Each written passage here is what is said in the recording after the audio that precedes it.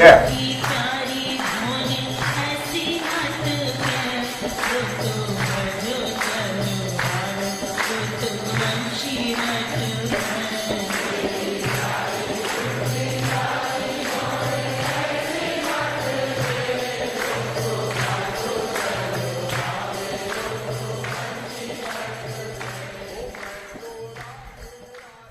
Shri Guruve Namaha. Shri Guruve Namaha. Shri Guruve Namaha. Acharya Mam Vijaniya Navamanyeta Karhit Namartya Buddhya Suyeta Sarvadeva Mayo.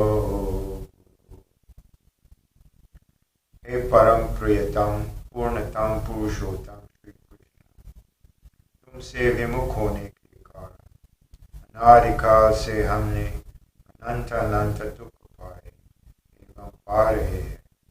पाप करते करते अंतःकरण इतना मलिन हो चुका है कि रसिकों द्वारा यह जान भी तुम्हारी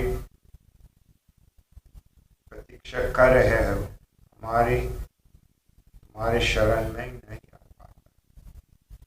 Oh my divine beloved, causelessly merciful Shri Krishna, I haven't ignored you since time immemorial. I have been suffering, committing sins life after life have made my mind so impure. Even though your saints are telling me you're waiting for me with arms outstretched to embrace me, with the divine life to grace me, still I fail to surrender to you completely. All glories to Sri Radhesham. All glories to all saints and sages. All glories to the devas. All glories to all aspiring souls. Thank you for joining me. There are 4 types of people that worship God. Sri Krishna in chapter 7, verses 16, he describes that 4 types of people of noble deeds worship me, O Arjuna. 1, the seeker after worldly possession. 2, the afflicted. 3, the seeker for knowledge.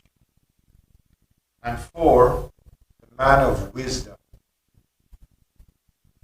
Of these, the best is the man of wisdom, ever established in identity with me and possessed of exclusive devotion.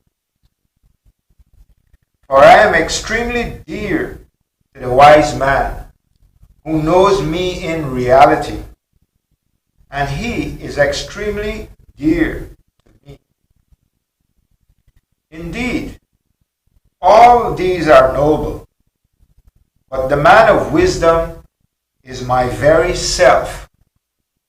Such is my view.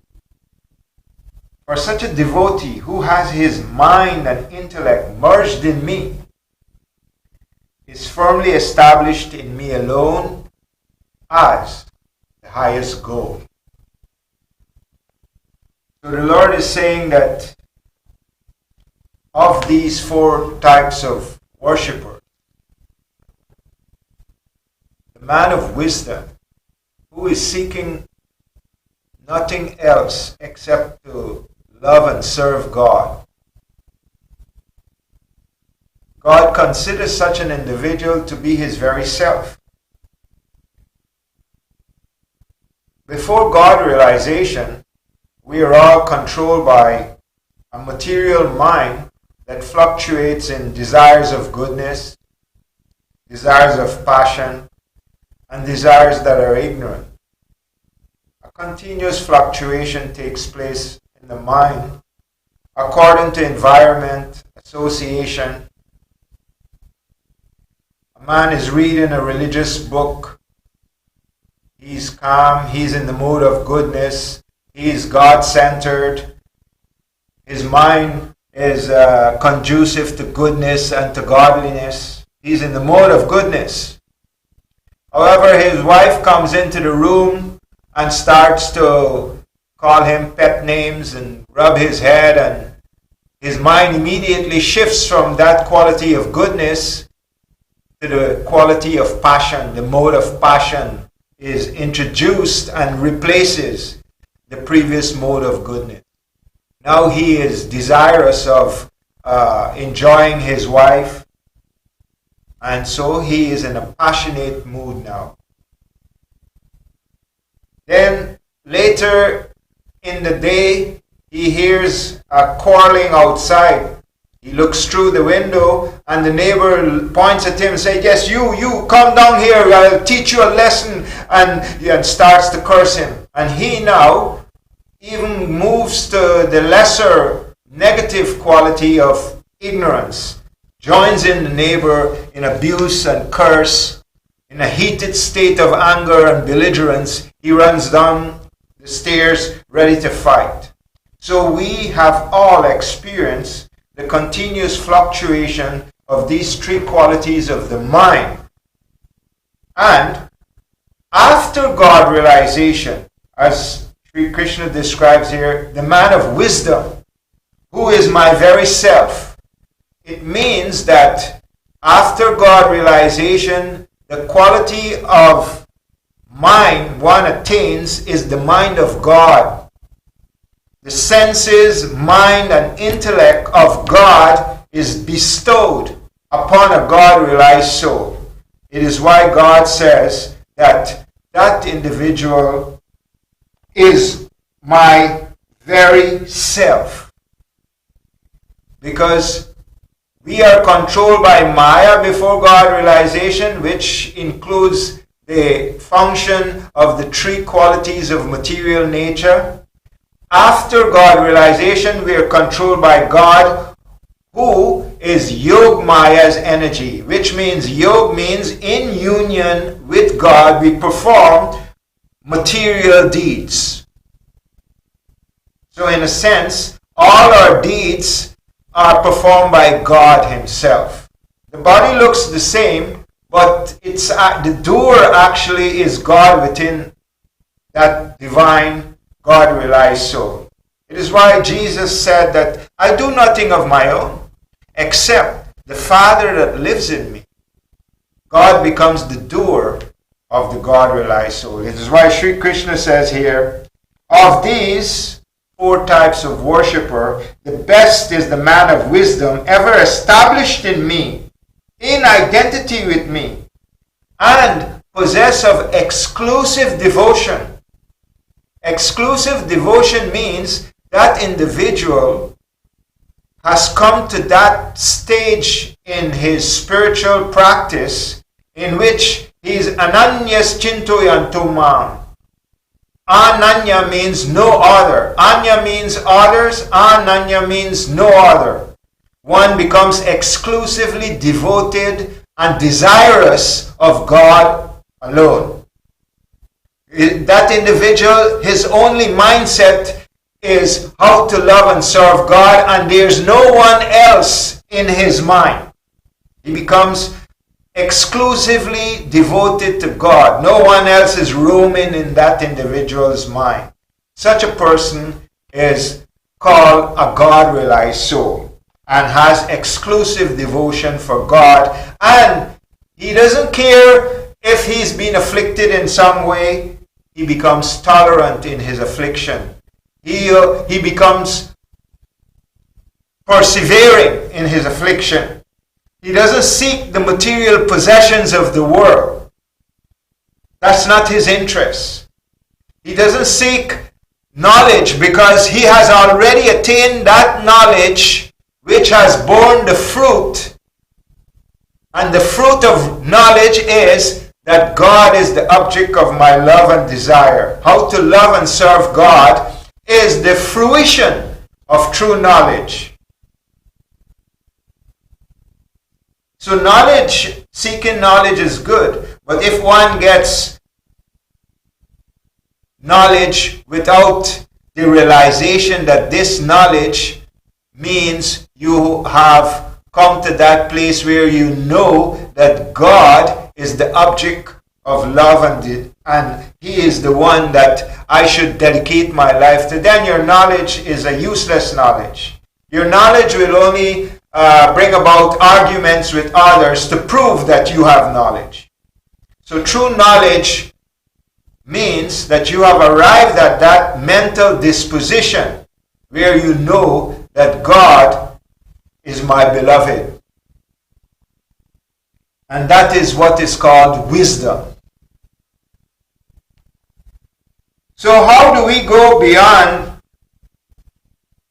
the desires of the world? We are desiring only because we think that whatever we desire will give us happiness. The intrinsic nature of the soul is to be happy. Even if we go to hell, we will be happy by enjoying infernal delights. It is described in one of the hells that Andhata Misra, that people there, they take pleasure and feel happiness when someone else is in distress. And they get distressed when someone else is happy. So all the negative qualities are prominent in a hellish mind. Envy, jealousy, hate. So everyone is happy and seeks happiness in different quality of mental disposition. In ignorance, which is a hellish mindset, you take pleasure in seeing the suffering of others. And you get envious, jealous when you see others are successful. So such people are here right now in this earth, and they are preparing to live a life in hell.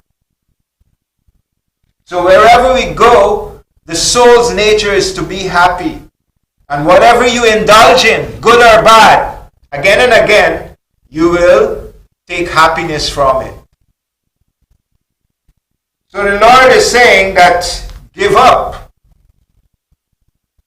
the concern for the possessions of the world. Don't only seek God for the relief of some suffering. Some people, they only turn to God when they're suffering. And when their problem is over, they again become atheistic, careless of God. During their suffering, their prayers get long. Those who want the possessions of the world, they make a deal with God. They give charity and they hope that God will return it with full and compressed and overflowing. And those who seek knowledge, if they only are satisfied with having knowledge, they become harsh. They become only proud of their knowledge and seek only to argue with others. But true knowledge is the man of wisdom who seeks to love and serve God. To get there, the Lord is saying that Try Gunyo Vishaya Veda. Nistray Gunyo Baba Arjun. Nirdwanvo Nitya Sattvasto Niryugakshem Atmavan. That look, he's speaking to Arjun, his disciple. God is saying, look, the Vedas speak of these three qualities of material nature. You need to transcend these three qualities. To do so, you have to give up the desires of these three qualities. Free yourself from the thirst for acquiring, the habit of acquisition and preservation of what is acquired. Because we get caught up always wanting something, and when we get it, we are caught up in the preservation of that which we have acquired. Free yourself from the duality of honor and dishonor. One of the driving forces in society behind wanting stuff, wanting the possessions of the world, is we're driven by the ego. We want to outdo the neighbors. We want to outdo the Joneses. He has this car, I want a better one, and so on. So we are driven by this duality of honor. And if we don't have what others have, we feel dishonored. And we can't tolerate criticism, but we love praises. So this is ego. We have to crush our ego. And be unconcerned with what people think of you, and more concerned with what God knows of you. So the Lord is advising Arjuna, go beyond this and live for the sake of attaining what you are really here to attain, which is love for God.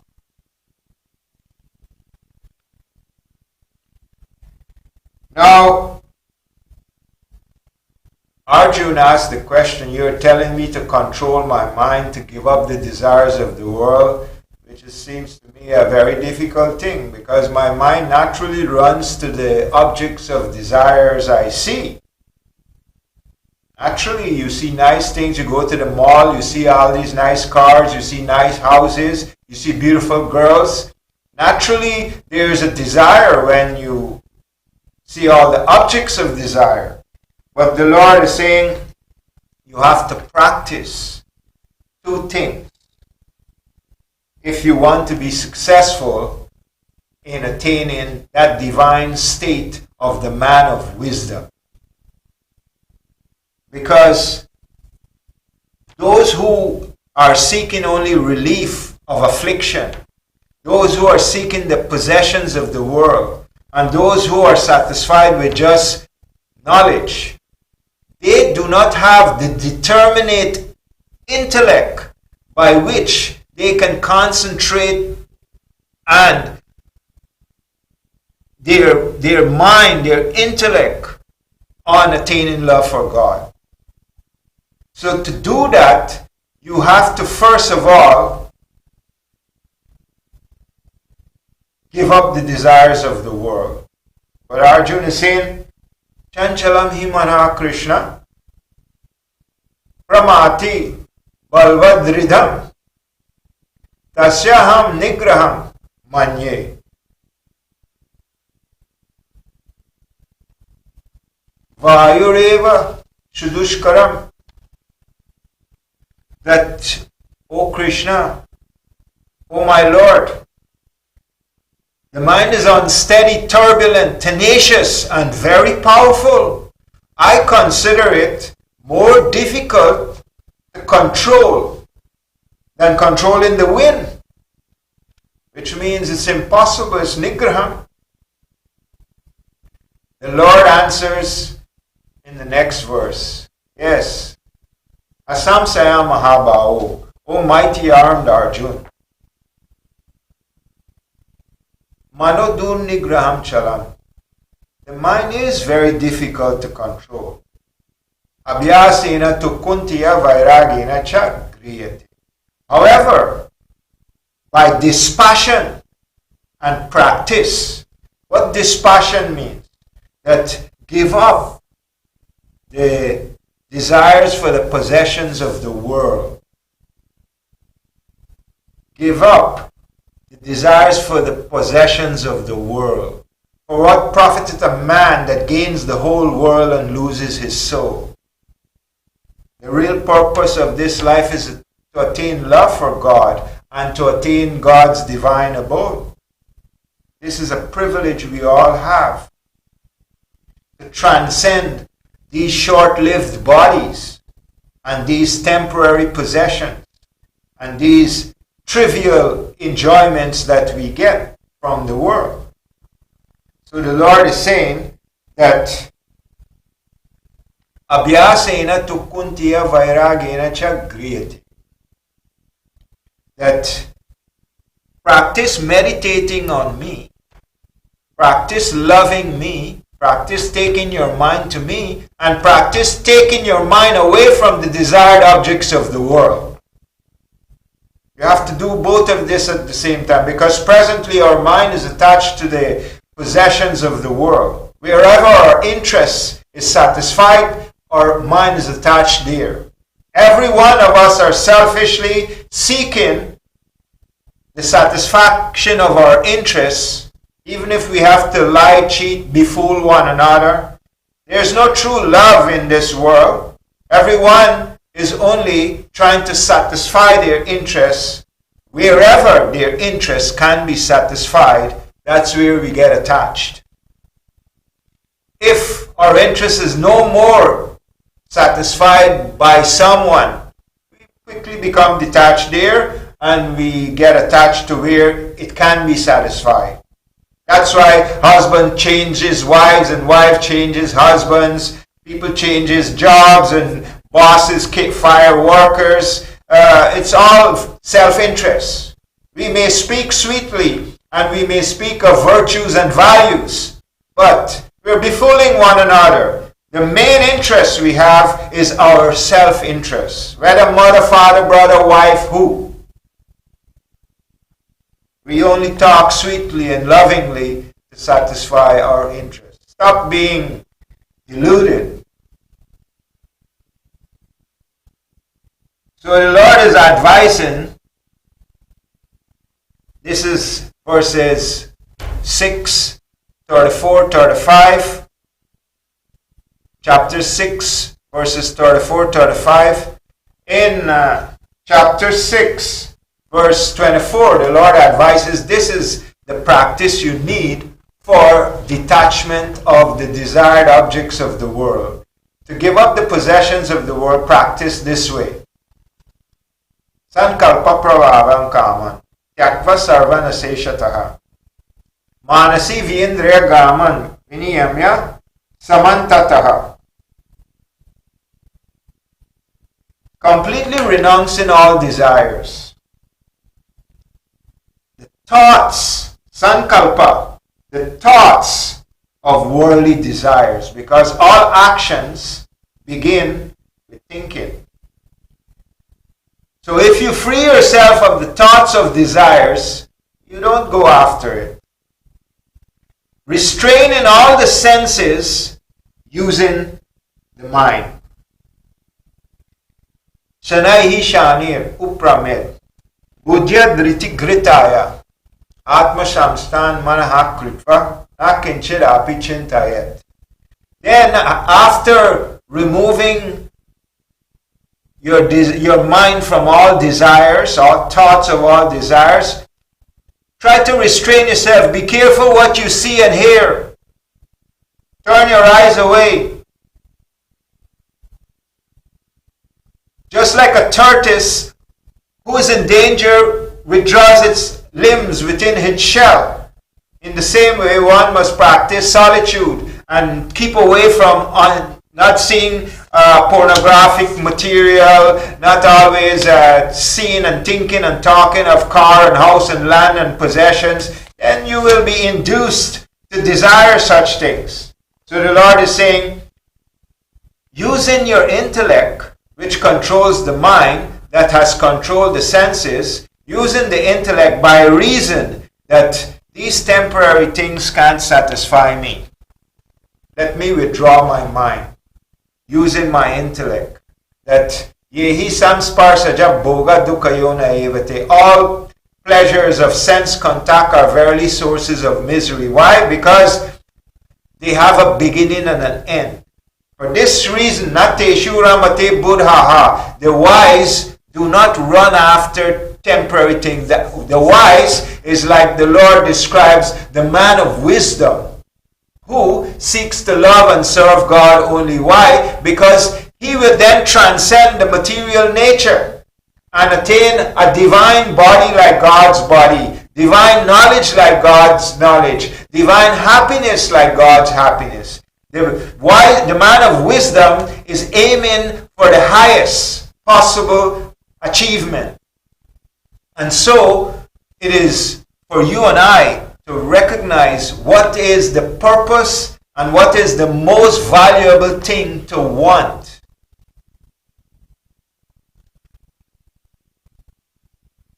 We can't stop wanting. But we all want different things. And we all want different things. Why? Because each person is thinking that this thing will give me happiness. When you come to the conclusion that God is happiness, then you will naturally seek God. When you realize God is love, then you will naturally repose your love in God.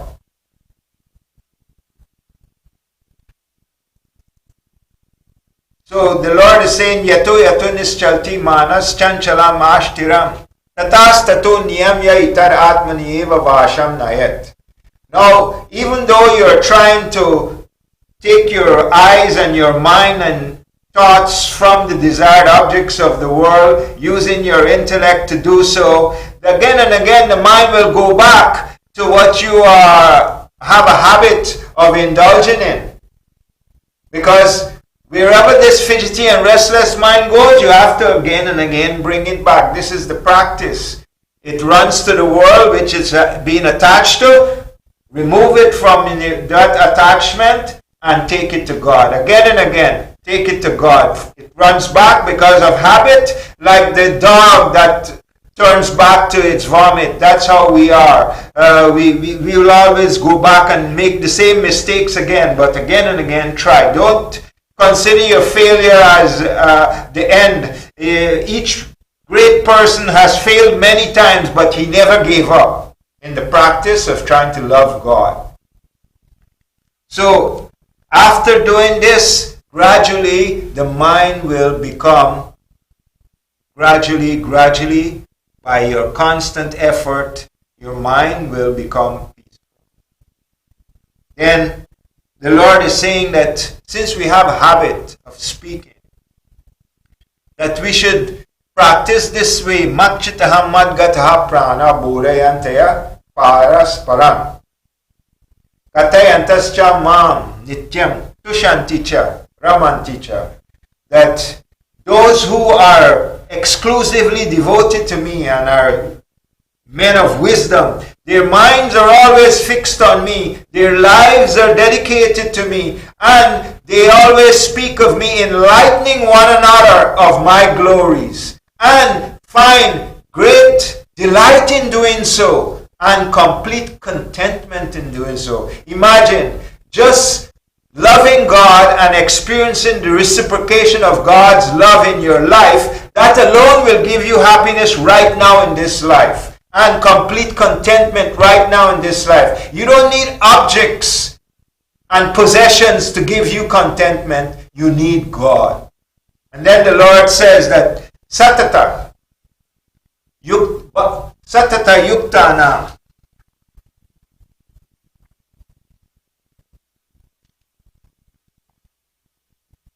tesham satata yuktana bhajatam priti purvakam Darami buddhi yogam tam yenamam upayantite. For such a person who is exclusively devoted to me, whose mind is fixed on me only, who always speak of me, enlightening others of my glories, and is delighted in that only, finds complete contentment in that only. The Lord says that I who reside in that person's heart, give him the intelligence, give him the inspiration by which he can easily come to me. And that when you have come to God, that experience will be this. Prashantam manasam hinam yoginam sukham uttamam upaiti shantarajasam brahma bhutam akalamasam. The Lord says that that person enjoys prashantam, supreme peace of mind, and enjoys that pleasure, that joy that comes from union with God. After the mind is freed of all temporary material desires for possessions, and the mind in the mindset of passion is subdued, he then enjoys supreme peace, freedom from fear, freedom from attachment, and lives right now in the nature of the soul. So my dear aspiring souls, aim high. Don't be loving God and serving God and worshiping God just for possessions. And don't only seek relief of afflictions. Don't only seek knowledge. True knowledge means you have attained the wisdom that God is the object of love and God is where you can truly find happiness, contentment. Thank you very much for joining me. Please join us next Sunday at the same time. You will hear JagadGuru Sri Kripaluji Maharaj. Jai Shri Radhe.